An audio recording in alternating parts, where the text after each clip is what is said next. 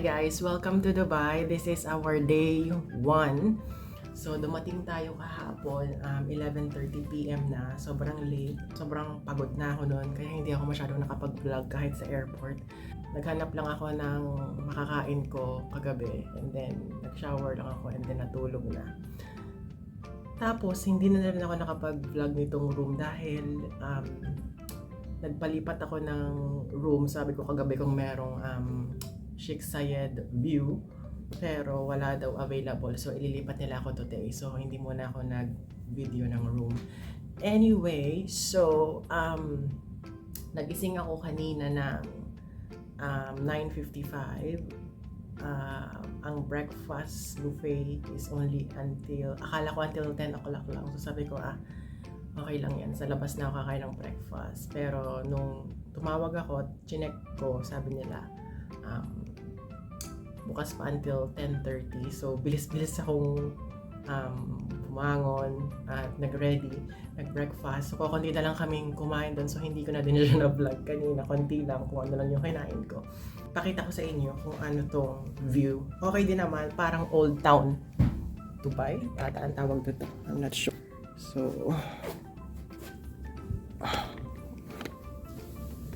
So this is the view.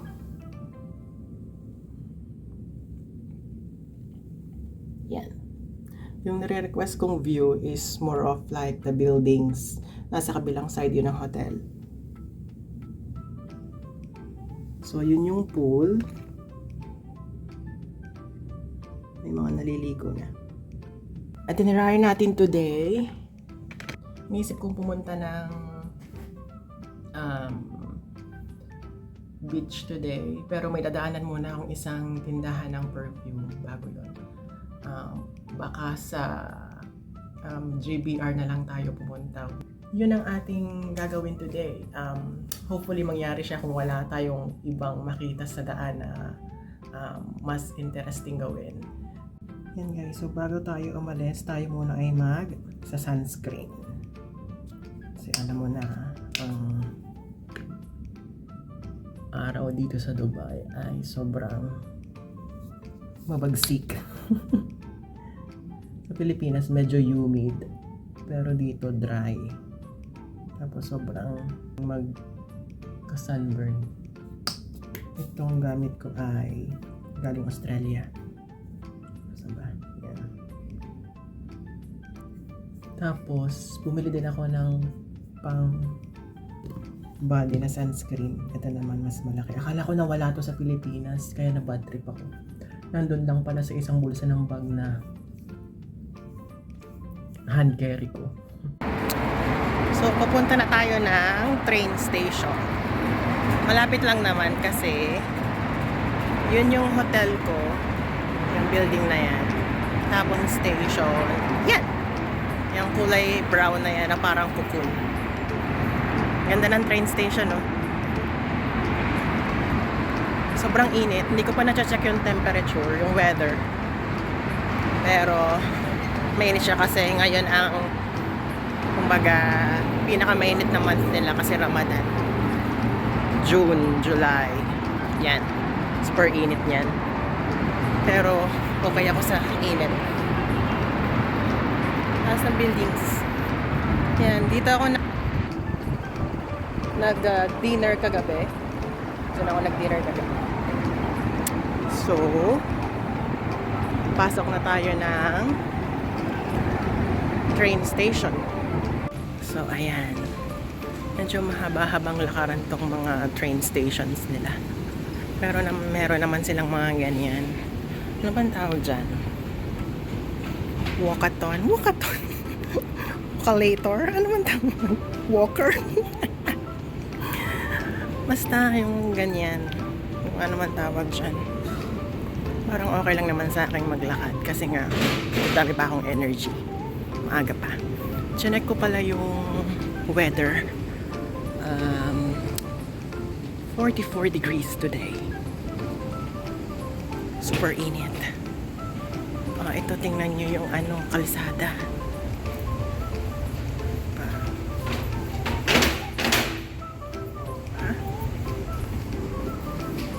Ang ganda, no?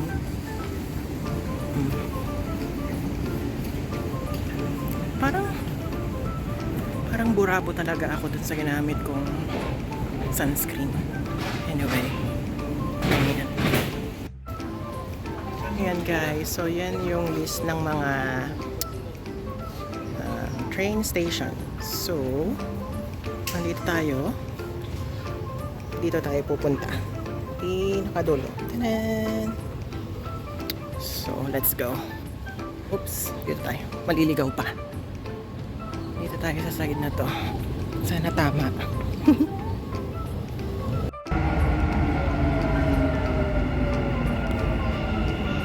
Ayan, nandyan na yung train. Pasok na tayo. Train is Center Point. The next station is World Trade Center. المحطة القادمة هي Max. The next station is Max. Wala pa akong 24 hours dito sa Dubai pero marunong na akong mag anong tawag sa salita nila, Arabic. El-Gerbu tuklak. The doors close. الأبواب تغلق. Doors closing. Oo, diba?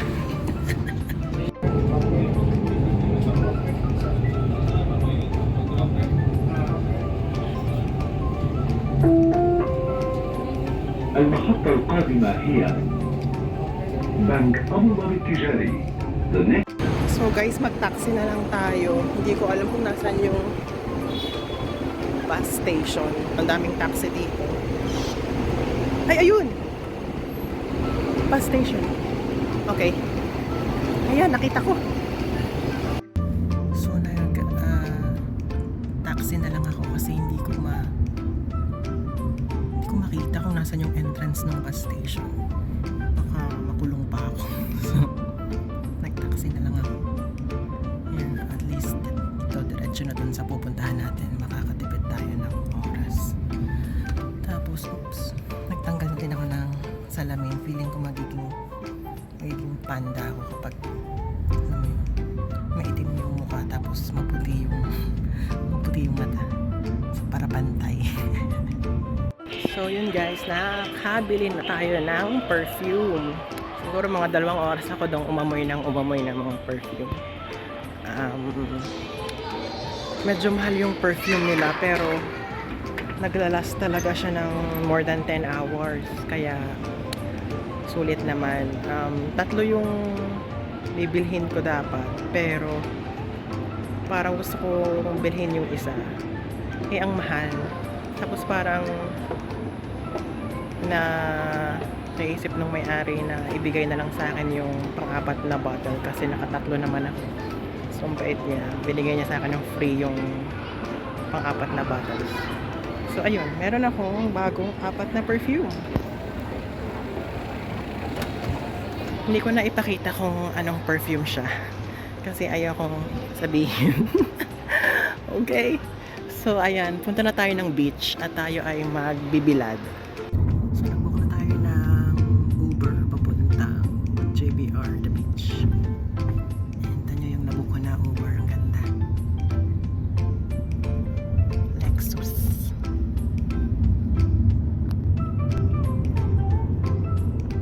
So, sa JBR na tayo hahanap ng makakainan kasi lunchtime na. Marami naman dong mahanap na restaurant kasi para siyang beach pero mall din siya. Sana may masarap tayong food makita mamaya. Ang ganda nun, no? Tinan mo. Ang ganda ng mga sasakyan dito. Grabe.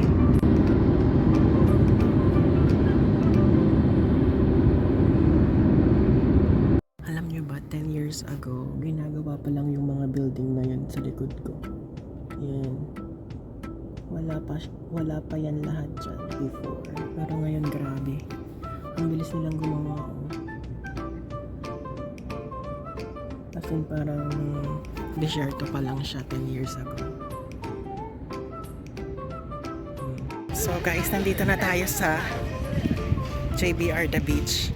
So yan yung marina nasa likod ko, yung mga buildings na brown. And then ready na ba kayo sa ipapakita ko? 2, 3. Tada! See? Paki-search nga kung yan ang biggest Ferris wheel in the world. Hindi ako sigurado. Ayokong magsabi, baka i-bash nyo naman ako. Anyway, basta ang laki niya, grabe. Dubai ay. Ayan, so saan ba tayo? Pero hindi ito yung mismong spot kung saan maraming restaurant. Puntahan natin yun. Doon tayo maghanap ng restaurant na pwede natin kainan.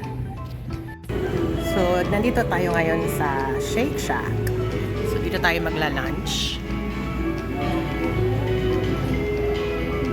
Walang masyadong tao kasi parang 3 o'clock. So, baka medyo maya-mayang mga paggabi. Marami na yung magdi-dinner dito. So, ang in-order ko ay yung double shack or double shake. Kung ano man yun. Tapos, nag-order din ako ng lemonade. Tsaka ng fries. So, ayun. So, ito yung beach. Yan. Sa labas niyan. You know. Kita nyo ba? So, dyan tayo mamaya.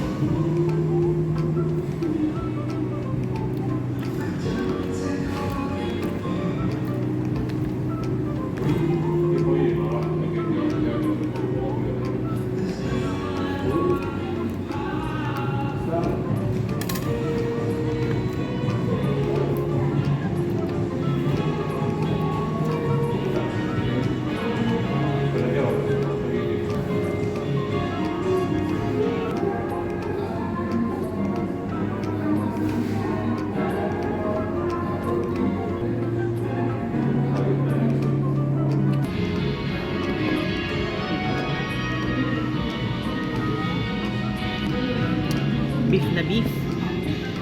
So guys, nandito na tayo sa the beach. So nag-rent lang ako ng sunbed at ng towel and locker. So ito yung yay!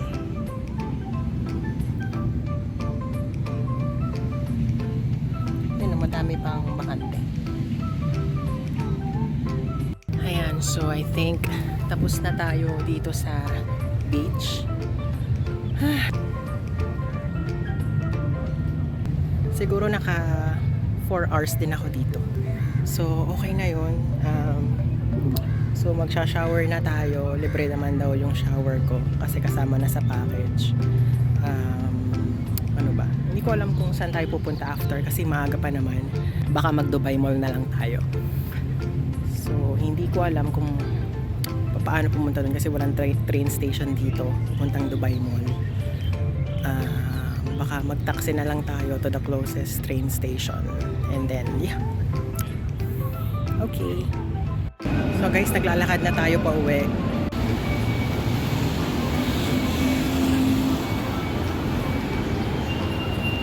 Guys, tinan nyo, oh, may nagzi-zipline.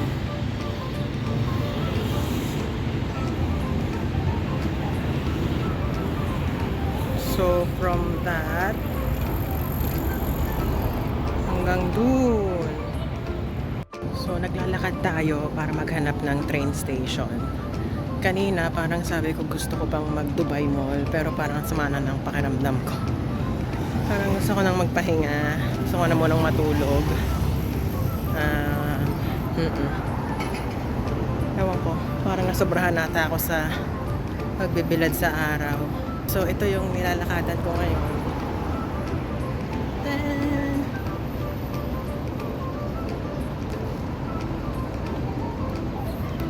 Siguro dun pa sa dulo, yun pa yung train station eh.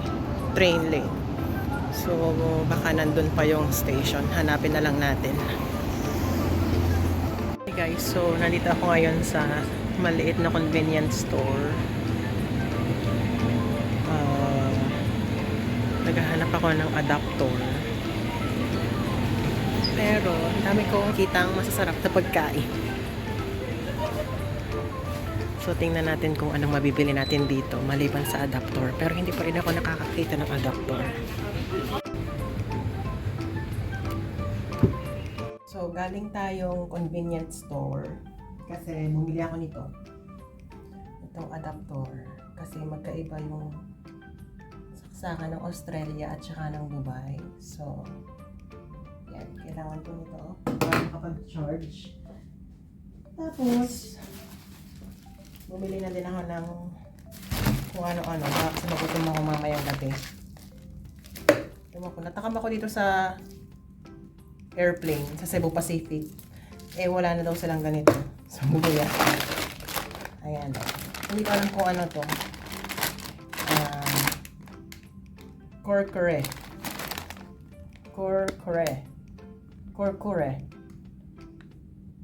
Chili. Chapta. Ewan ko kung ano yun. Tapos, mogo. Ayan. Kung magutom man ako mamaya, may kakain na ako. Yun lang naman, pero kakain pa rin tayo ng dinner sa labas. Maghanap tayo ng restaurant.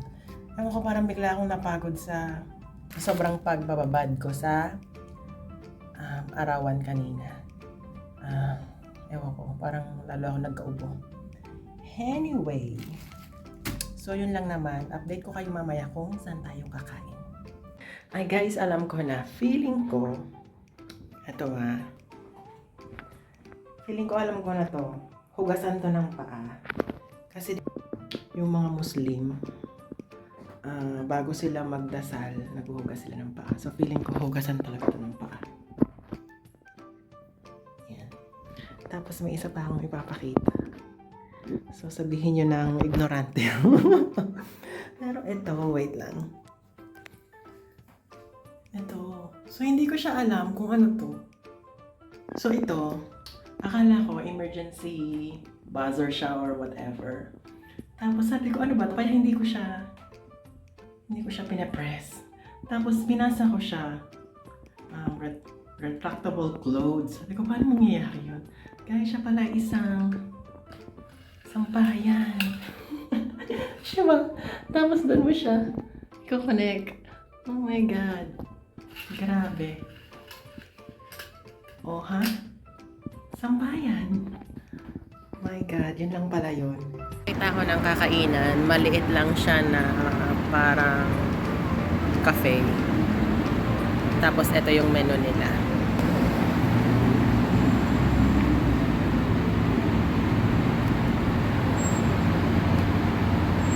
Parang same lang din siya nung kahapon, pero ito mayroon siyang rice. So rice yung in-order ko, which is eto siya. Yan. So, order din ako nito at saka isang dumpling and pineapple juice. So, hintayin na lang natin siya.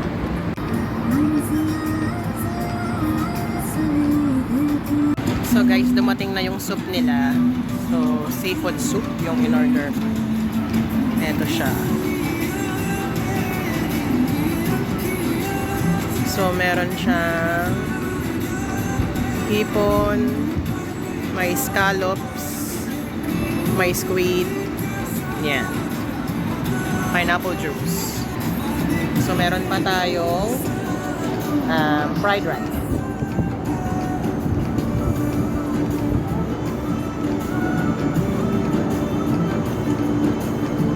Sarap.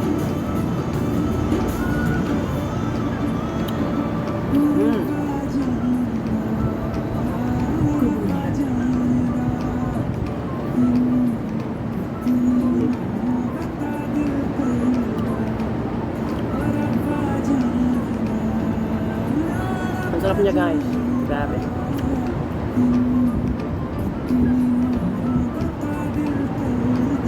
Lasa siyang ano. Alam niyo yung Maggi? Parang ganun yung sabaw niya na malapot, na sobrang malasa.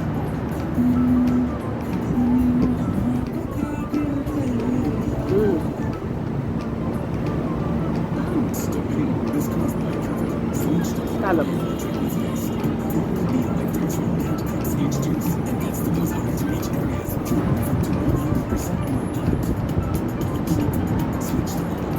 Meron pa pala akong wonton. Order ako ng wonton. So guys, naubos ko yung soup. Tapos dumating na yung fried rice ko. Sobrang dami pala nito. Grabe.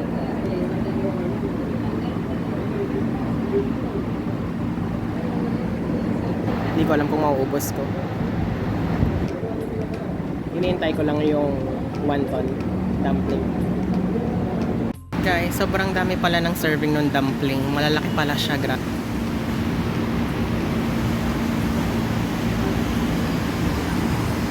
pero feeling ko mauubos ko pa rin naman.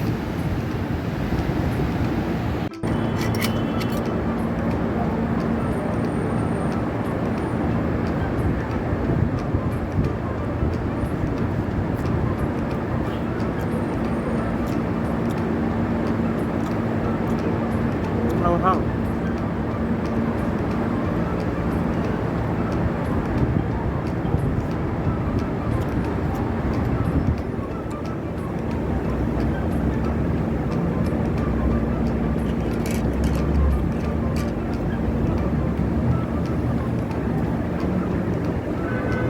Dumpling.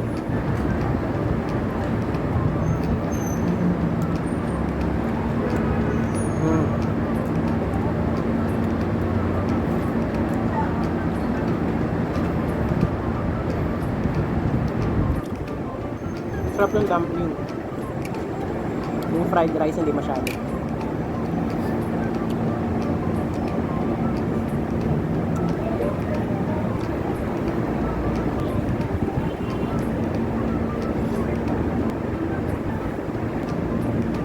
So tapos na ako guys, hindi ko naubos.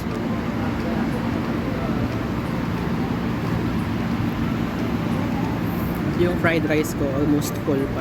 Hindi ko talaga gusto. Tapos yung dim sum, okay sana siya, nakakalahati na ako eh. Pero nung nakagat ko yung isang piraso, parang may malaki akong pirasong nakagat na coriander. Hindi ako kumakain ng coriander. Bigla ko siyang sobrang nalasahan. So, lakad na tayo pabalik ng hotel. Yan. So, ito yung Dubai paggabi. Ganda no, ang daming ilaw. Meron din ditong Nando's. Yan. Dito guys, mukhang mayayaman yung mga nagche-check-in. Oh. May mga Emirati. Meron din ditong maliit na bilihan ng Nike. Pero hindi man ako masyadong mahilig sa sapato. Sale daw sila. End of season offer. Ayan, mga sapatos. Tapos, ito yung ating hotel. Taas, di ba? Yan.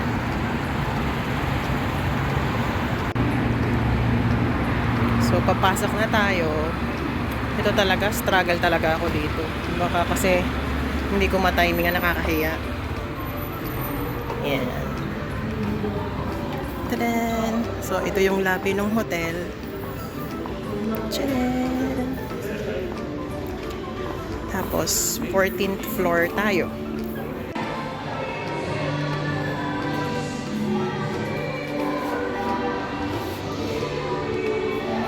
Ayaw niya mag-close. So that's it for today, guys.